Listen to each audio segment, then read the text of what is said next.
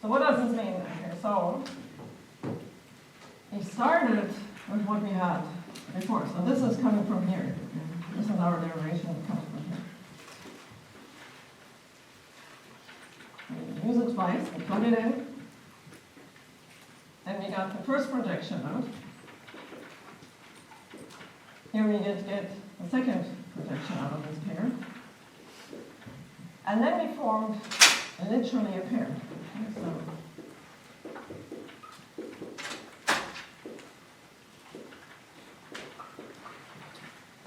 so this is also not a program you might necessarily write, okay, but it is the expanded form of the pair that makes explicit what the shape of this pair is. And this M could be anything, could be a variable if you like. Okay. But what this step is doing essentially, it makes explicit that the pair must have this form. Okay. So you know at the top level it must be of a pair shape, literally a tuple, okay, that will have two components that you can then expect. So it expands or exhibits the actual structure of M while preserving the actual type. Right? So the type is preserved. So this means we exhibit or reveal, right, the actual structure of M, or what is behind M. Okay, so we look sort of behind, okay, while preserving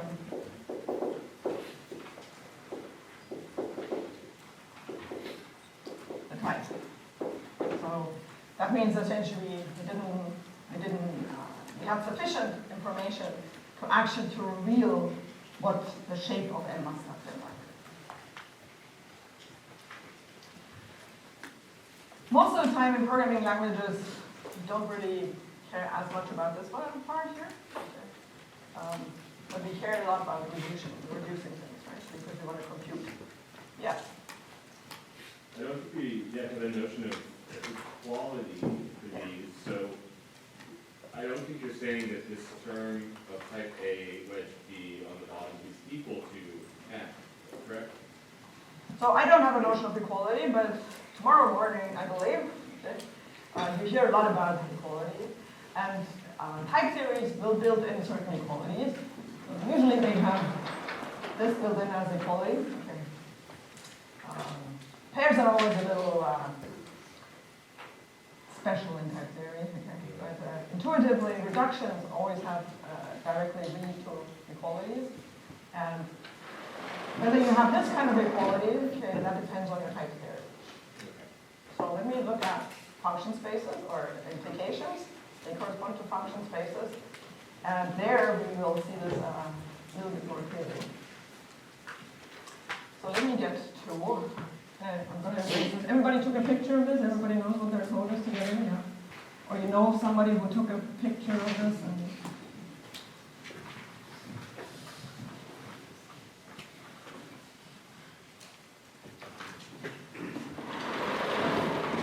So let's look at implications. Okay.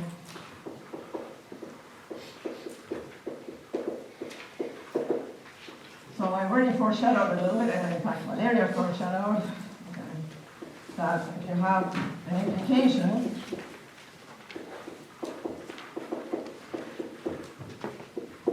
and you want to know what is this proof term, okay, you're going to say M is this witness, okay, for me. And now we have the fact that X, okay, might be used in M, so we somehow need to abstract over the scope of X. Okay, and that was in some sense visible in the name of the rule. You know, where I said it introduces this local assumption X, okay, and that was its scope.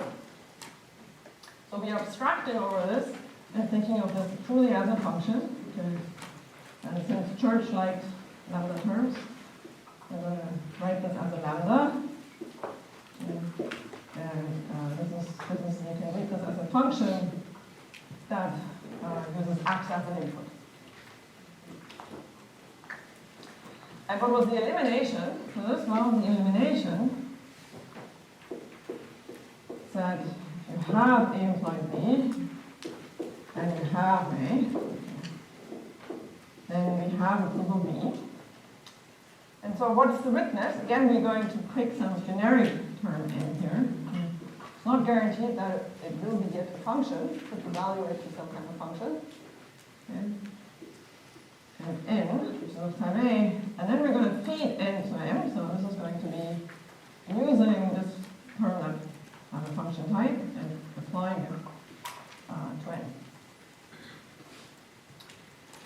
So implications, we want to correspond or double correspond to functions. And for there I can tell you more about the category theory relations. Okay, so that's when you write an error. So our programs are introducing functions and applying them. And what's the relationship between these two? Well, let's look at local soundness.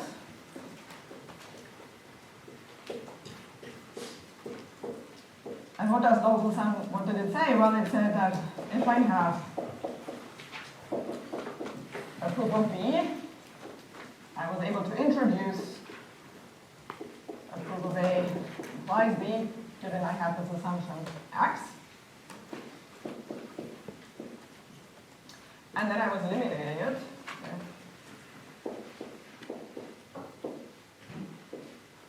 That meant that I will get out a program of type E. So let's do our coloring, painting with colors. Okay, so here we have a proof term L. So this will be a function.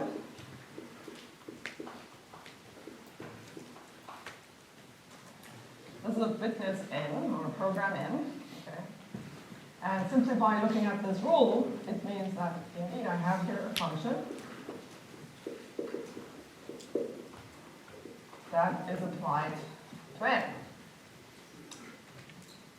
Great. Okay. So what did this reduce to? Well, it argued that we have already a proof of B. Okay, so, and how did we argue we already had a proof of B? Well, we used this guy, okay, together with this guy, and we said that for this assumption, A, you're going to plug in this proof of A. Okay? So this is where we use the substitution lemma.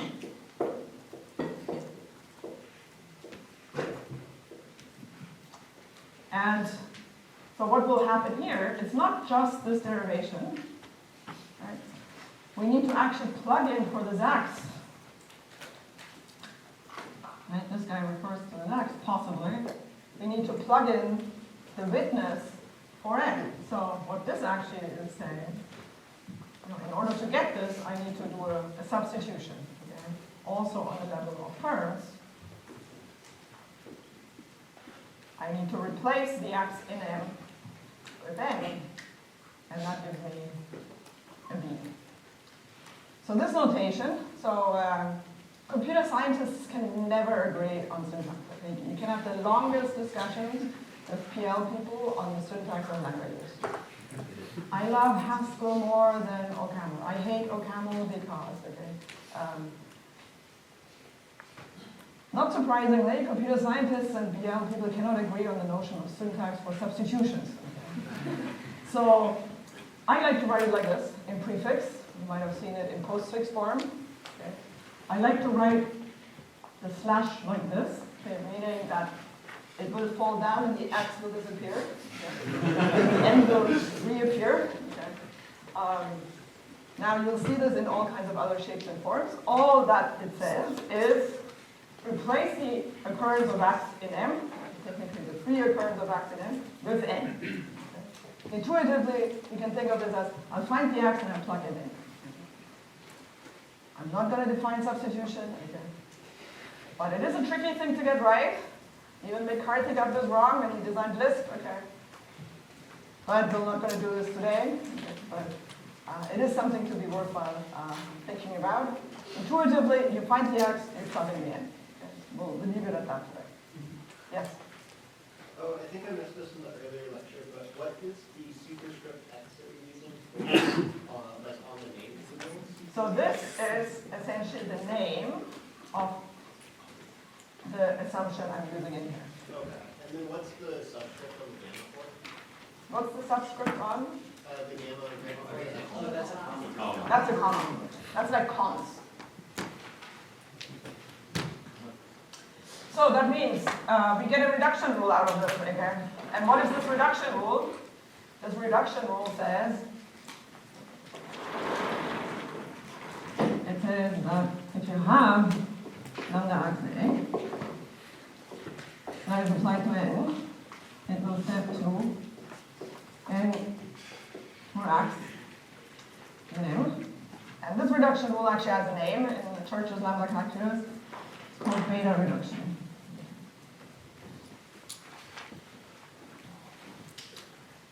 I said, you know, mathematicians like great names. So there's also an alpha, and there's beta, and there's delta, and there's eta. So at some point somebody asked him, so why do you pick them alpha, beta, delta, eta? And I think he wrote a postcard back and said,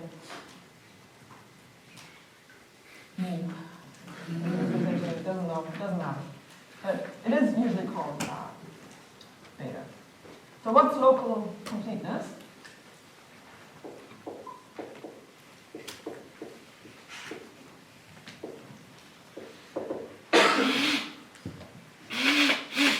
Okay. Local completeness said that you have here the proof of the name implies B. So that's Rm.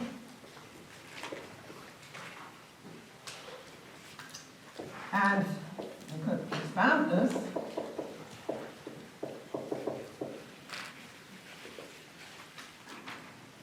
And the way we expanded this was as follows. So we have A implies B. And we introduced A, and we need to prove B. And then what we did is essentially we said, well, okay, we have here something that is on type A implying B, and we have here something that is on type A.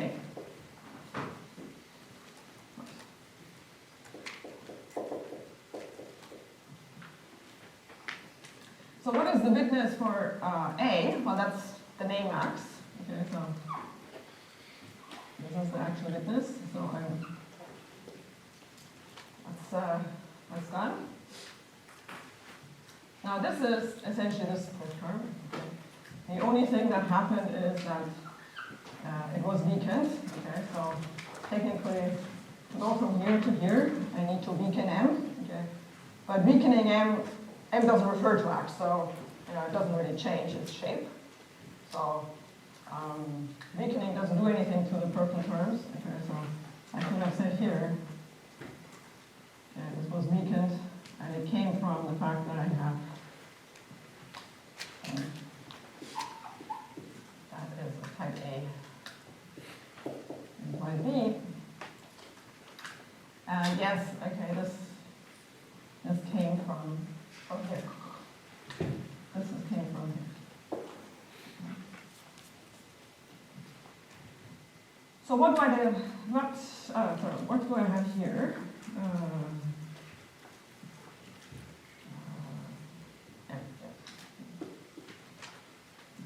So what do I have here? Well, it's an application, so it's going to be M applied to X. And what did I do here? Well, I actually did implication introduction. Okay, so my implication introduction uses the X, so I'm going to abstract over it. Okay, so I have a function that takes M and applies it to X. So this you might have seen, because in fact programming languages like OCaml do this. Okay, they might give you a hint or it might give you a warning. Okay, this term is an eta expanded form. Anybody has seen this in OCaml? Okay. Oh, one person raising their hand. Okay. So you get this when you call, for example, a map function. You have a higher order function. Okay, you have a map function, and you want to, let's say, you want to hit every element in your list with some function increment. Okay, and instead of giving it inc, which is the name of your increment function, you say it's this function fun x inc of x. Okay, then you get a warning that says, oh, you don't have to use this in ADA expanded form. That's because you could have written just ink. Okay, so this is actually what happens, this is incorporated in languages, and it is incorporated into type theories very often. And the rule that falls out of this is essentially something called M expands to lambda, so M, which is of type A and type B. So you do need the type, okay, because otherwise you don't know what this expands to. M reply to X. And so this is a rule called ADA. Okay? And since somebody was asking about equalities, this is definitely an equality we want in type theory. Okay? And we'll see this more tomorrow, I'm sure. This is an equality that sometimes is included and sometimes isn't. Okay? Usually if you include it, your life is harder. Okay? But we typically want it. Okay? That's the bottom line. Okay? But it is a very it's a good rule to include. So what I want to emphasize, right, is that yes, here we have logical rules. Right? They came motivated by how we define reasoning. Then we wanted to sort of say, okay, let's have explicit witnesses, so we maybe could even check that a given proof satisfies a particular proposition. But out of these arguments where we had sort of these sanity checks like local soundness and local completeness, there falls out a computational behavior, right, out of these proofs. So, so by understanding the logical meaning of these propositions, we can actually arrive at the computational meaning. And we can see that if you want to reduce proofs, right, and here we wanted to reduce proofs, we can reduce terms. Okay, so here again, we also wanted to reduce the proof. This is actually proof derivation reduction, that's reducing, but it amounts to reducing a term. Okay? It amounts to computation. So what we have is that proof reductions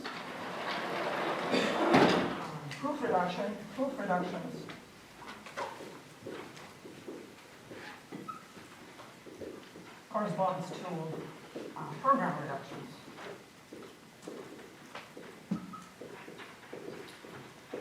And the fact that you want maybe a normal form of a proof, okay, so normal or normalizing proofs, okay. Meaning we don't want any of these weird detours in our proofs. Okay. That amounts to normalizing programs.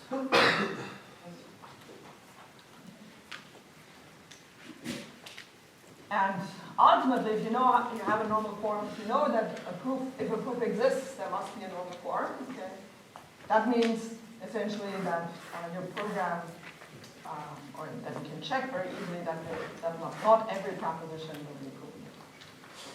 Yeah. Why do we think of local completeness as an expansion instead of a reduction in the other direction? Well, because you start with M and you end up with a learning. You expand the action, or maybe a different way is you expand on the structure of M. So here the M, I don't know what the shape M is. Could be a variable, could be some other kind of complex program. I want to inspect its structure, because I want to pattern match on it, for example, or I want to analyze it for some reason. I don't know it. Right? This could have many different shapes. Could be a variable because it comes from gamma. Could be something else. A program that completes some pairs, a complicated program that completes a pair. Here I know exactly what the top level construct is of my program. It's going to be a pair. So here the same thing. Here I don't know the shape of M. M could be anything. M could be a variable, some term, right, that will have a function type. But here, I'm saying more. I'm saying the term will start with a lambda. So I know exactly what the shape of this term will be. So that's more important. Yeah? So for example, I could have here gamma, so let's say, let's do a very simple example. I could have here an x, let's call it y actually for now.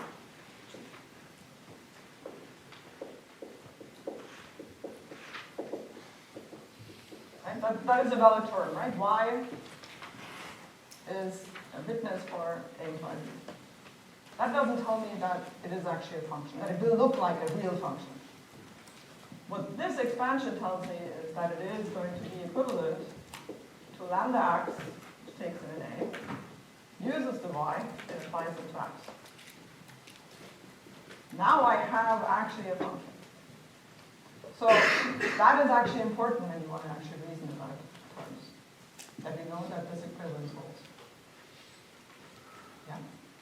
So, in terms of local completeness, when you expand it, you get the structure through, and at the bottom of that structure is the lambda term. What's the relationship between the structure in the proof sense and the computationalness of the lambda term? So this is the structure. Yeah? Oh, so the structure is the lambda term, or is it The structure is the lambda term. The computation happens when you use a function. This is using a function and observing its behavior. Okay? Because I'm going to plug in into x for m, and then it will continue to do something. Okay? This exposes the structure of m more clearly. Yeah. Does this also like make a claim that, like, for example, lambda terms are the canonical implication structure, or is it not relevant? So this brings us to this question, right? What is actually the normal form of a given proof or a program? So, and the answer to that is comes in 2 days. Yes. So it seems like the introduction, so completeness is an elimination followed by an introduction. So is it generally the case that completeness will expand a term while soundness will reduce a term? The second part of your statement is valid. Soundness will generally reduce a term. Generally, I mean,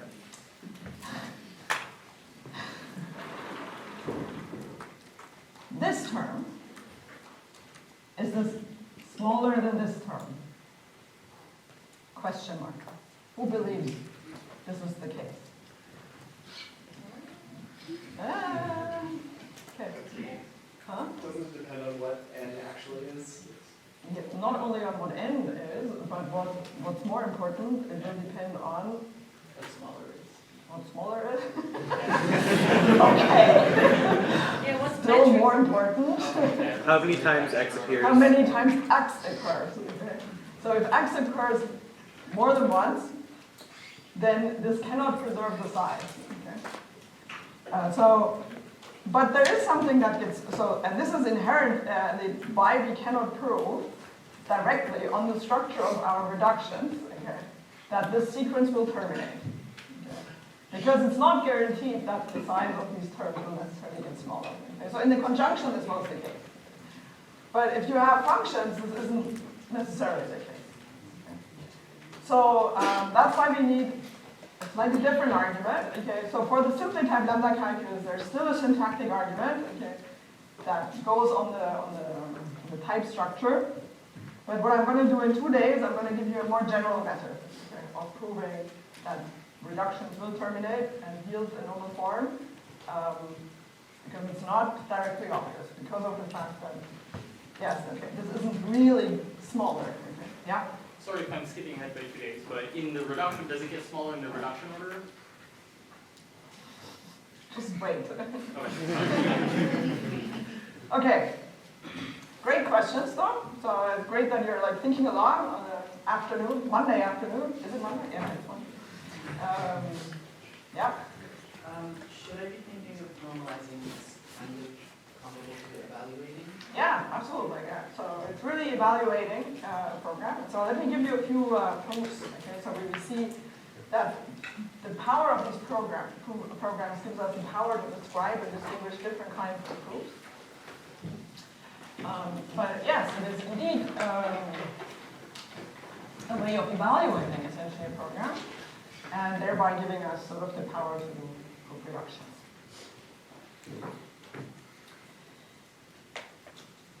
Okay.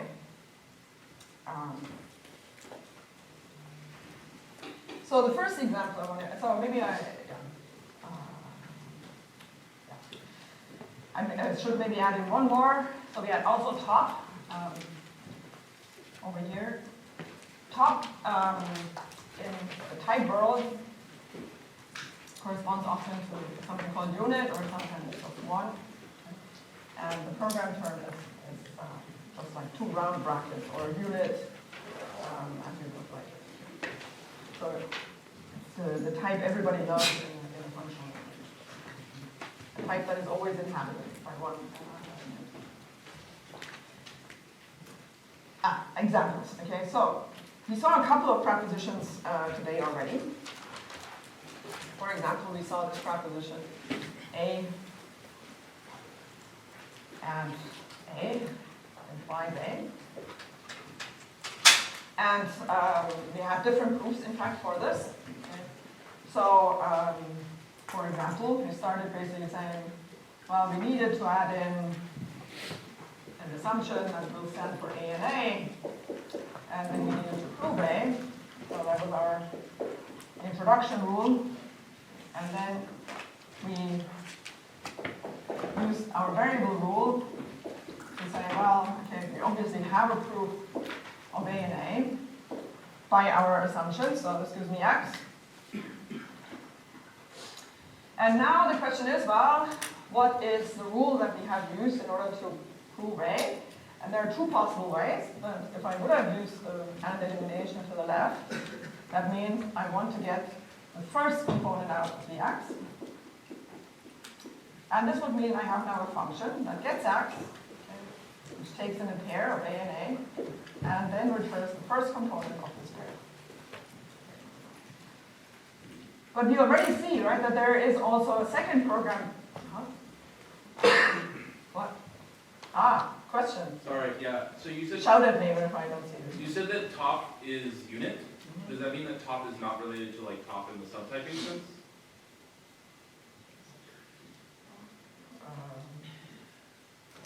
No? Is it the same connection or is it like a different thing? I mean, I'm not sure what sense you think of subtyping. Subtyping, is a relationship between types. So you could have a subtyping rule between, you could have a subtyping usually between two different types. I mean, A implies B is a subtype of some other A prime implies B prime. So that is usually what we think traditionally of subtyping. So maybe we can talk about this offline, but there's no immediate connection, I see. So the point is here I have different programs. Okay, another program would be essentially lambda X, A and A, which gives you a second of X. So you can also say that this type is already inhabited by these two programs. Because there are two different proofs for that proposition. In fact, there are many more proofs. So here's another proof I could do.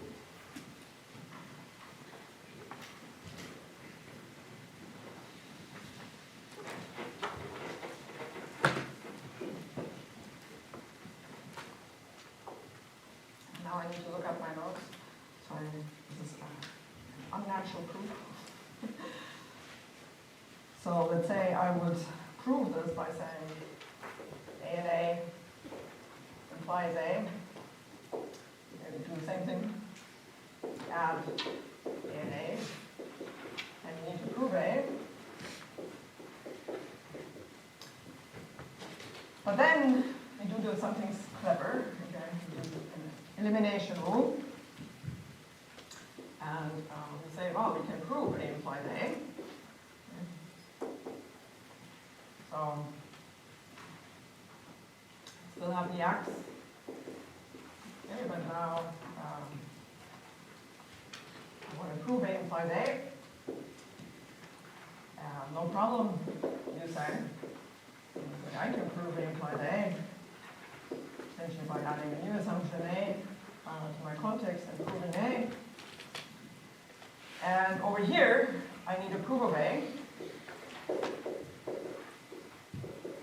Okay, because I want to eliminate this A.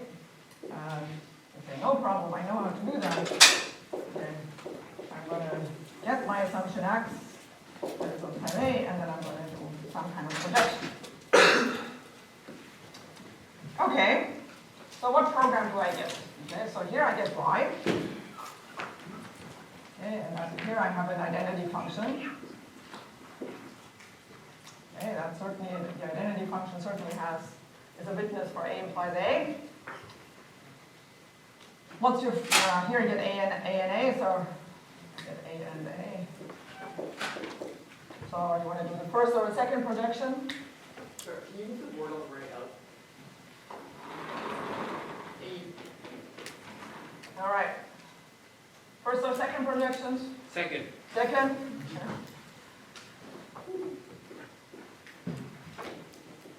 Okay, great. And what's the proof term I have here? Apply to second. Yes, so I have a function, okay. Lambda y applied to second of x. Okay. And what sits then at the bottom is a function. Okay, that introduces A and A. And then it has sitting inside here an identity function that is applied to the second of x. And brackets go like this. So this is a bit of a strange proof. Why is it a strange proof? It's a proof. You all agree that it's a proof? Okay. Why is it a strange proof? Because the lambda term is not completely in normal form. It's not completely in normal form, and what do we mean by this, that it's not in normal form? There are radixes which are not reduced, but are reducible. Right, so there's this thing, okay, which is a function that is applied to a term, which, what's your name? Luca? Luca said it's a redux, so that's the official terminology, okay. So these guys, whenever you have something like this is called a redux. In lambda terms speak. Okay, so all of these are the right-hand sides here. This is what we call a redux. And it is something that can be further reduced, namely by plugging in for y second of x. And if